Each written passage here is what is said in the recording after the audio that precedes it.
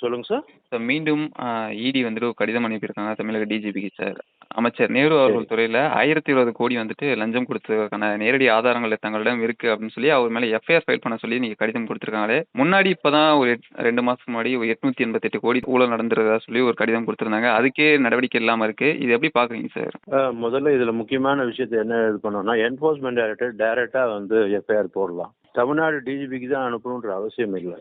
இந்த விஷயத்தை வந்து என்ஃபோர்ஸ்மெண்ட் டைரக்டரேட் டேக் ஓவர் பண்ணி டைரெக்டாக சிபிஐக்கு வந்து என்ஃபோர்ஸ்மெண்ட் டைரக்டரேட் மூலமாக சிபிஐக்கு இன்ஃபர்மேஷன் பாஸ் பண்ணி அவங்க அப்படி தான் நடவடிக்கை எடுக்கணும். தமிழ்நாடு கவர்மெண்ட் கொடுக்குறது வந்து எந்த விதத்துலையும் வந்து சரியான முறைன்னு சொல்லக்கூடிய விஷயம் இல்லை. இல்லை சார், இப்போ நேரடியாக அமலாக்கத்துறை இன்வால்வ் ஆகுது அப்படின்னா இங்கே தமிழக அரசு அதை வச்சு அரசியல் தானே பண்ணுறாங்க. மத்திய அரசு இந்த மாதிரி ஏவி விட்டு பார்க்குறாங்க அப்படின்னு சொல்லிட்டு அதுக்காக தான் சொல்கிறேன். நான் ஒரே ஒரு பாயிண்ட் நல்லா புரிஞ்சுக்கோங்க. என்ஃபோர்ஸ்மெண்ட் டைரக்டரேட்டுக்கு வந்து சரியான நடைமுறை ப்ரொசீஜர் இருக்கு. சிபிஐ கிட்ட இதே பேப்பரை வந்து சிபிஐக்கு ஃபார்வர்ட் பண்ணி சிபிஐ மூலமாக எஃப்ஐஆர் போட சொல்லலாம். அப்படி இருக்கும்போது தமிழ்நாடு கவர்மெண்ட்டுக்கு அனுப்பி ஒரு ஸ்டாச்சுட்டரி ஆப்ளிகேஷன் வந்து என்ஃபோர்ஸ்மெண்ட் டைரக்டரேட்டுக்கும் இருக்குது, தமிழ்நாடு கவர்மெண்ட்டுக்கும் இருக்குது.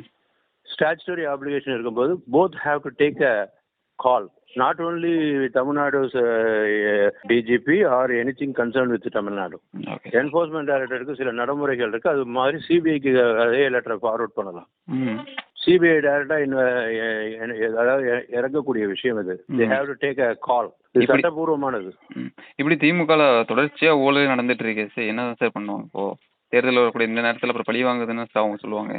அதாவது பொலிட்டிக்கல் வெண்டேட்டான்னு சொல்லக்கூடிய வார்த்தைகளே இதுல வரப்போற விஷயம் கிடையாது. ஏன்னா ஒரு சந்தேகங்கள் இருக்கு, இத்தனை டாக்குமெண்ட்ஸ் இருக்குன்னு சொல்றாங்க. தமிழ்நாடு கவர்மெண்ட்டுக்கும் ஒரு டியூட்டி இருக்கு இல்லையா? என்ஃபோர்ஸ்மெண்ட் டைரக்டரேட் சொல்றாங்கன்றதுக்காக இல்லை, Tamil Nadu government has its own duty. அவங்களுக்குன்னு ஒரு டியூட்டி இருக்கு. டிஜிபிக்கு ஒரு லெட்டரை கொடுக்குறாங்கன்னா டிஜிபி கொடுக்குற லெட்டர் என்ன போஸ்ட் பாக்ஸ் கிடையாது. DGP should take care because is an IPS officer. அவர் ஒரு ஐபிஎஸ் ஆஃபீஸர், சாதாரணமான இல்லை, அவர் ஒரு நேர்மையான ஐபிஎஸ் ஆஃபீஸராக இருக்கும் பட்சத்தில் இமீடியட்டா எஃப்ஐஆர் போட்டிருக்கணும். அப்படி சட்டத்தில் இடம் இருக்கா சார் ஹோல்ட் பண்ணி வைக்கிறது? எனக்கு கிட்டத்தட்ட 2 மாசம் ஆச்சு சார் இப்போ முன்னாடி கொடுத்த கடிதம். அதாவது ஒரு கடிதம் வந்திருக்கு. தமிழ்நாட்டில் வந்து பொறுப்பு டிஜிபி தான் இருக்காங்க, ரெகுலர் டிஜிபி இல்லை. பொறுப்பு டிஜிபிக்குன்னு சில வந்து ரெஸ்ட்ரிக்ஷன்ஸ் இருக்கு.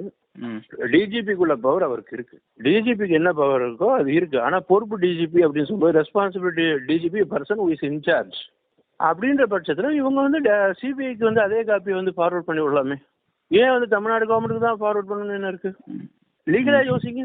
நீங்களே நம்ம வந்து எடுக்கக்கூடிய விஷயம் பார்த்தீங்கன்னா என்ஃபோர்ஸ்மெண்ட் டைரக்டரேட் வந்து அந்த காப்பி வந்து டிஜிபிக்கு அனுப்புற மாதிரி அதே இதை வந்து யூனியன் ஹோம் மினிஸ்ட்ரிக்கும் சிபிஐக்கு ஏன் அனுப்பக்கூடாது? ஏன் அனுப்பல? ரெண்டு பக்கமா பார்வைகளை வந்து நம்ம அதாவது ப்ரொசீஜர் எஸ்டாப்ளிஷ்டு லான்னு ஒன்று இருக்கு. அந்த ப்ரொசீஜரை ஃபாலோ பண்ணாதான் நாமளும் அந்த ப்ரொசீஜர் வழியா போக முடியும். என்ஃபோர்ஸ்மெண்ட் டைரக்டருக்கு தமிழ்நாட்டு டிஜிபிக்கு அனுப்புறாங்க அப்படின்னா இந்த தமிழ்நாட்டுடைய டிஜிபி வந்து பொறுப்பு டிஜிபியா தான் இருக்கிறாரே தவிர ரெகுலர் டிஜிபி கிடையாது. இது ஒரு முக்கியமான தருணம். அந்த காரணத்தினாலதான் வந்து இப்போ வந்து நடவடிக்கை எடுக்க முடியாத சூழ்நிலைகள்னு சொல்றத விட எடுக்கணும்ன்ற வார்த்தைகளே வந்து சிபிஐக்கே இருக்கு இல்லையா? Even enforcement director power to take FIR. Constitution cannot make a decline of an FIR. Enforcement டைரக்டருக்கு எல்லா பவர்ஸும் இருக்கு. சிபிஐக்கு அவங்க கொடுக்கக்கூடிய விஷயத்தை எதுக்கு தமிழ்நாடு கவர்மெண்ட்டுக்கு மட்டும் கொடுக்கணுன்ற அவசியம் இல்லை, சிபிஐக்கும் கொடுக்கும். இப்போ தமிழ்நாடு கவர்மெண்ட்ல ஒருத்தர் கரப்ஷன் பண்றாங்கன்னா சிபிஐக்கு தான் வந்து டேக் ஓவர் பண்ணும். அப்ப சிபிஐ கொடுத்தா சிபிஐ எஃப்ஐஆர் போட்டா என்ன சொல்லுவாங்க? தமிழ்நாட்டில் எங்க பர்மிஷன் இல்லாம வந்து தமிழ்நாட்டுக்குள்ள சிபிஐ வரக்கூடாதுன்னு அடுத்து சொல்லுவாங்க. இது டெக்னிக்கல் லேக்குனான்னு சொல்லக்கூடிய விஷயம்.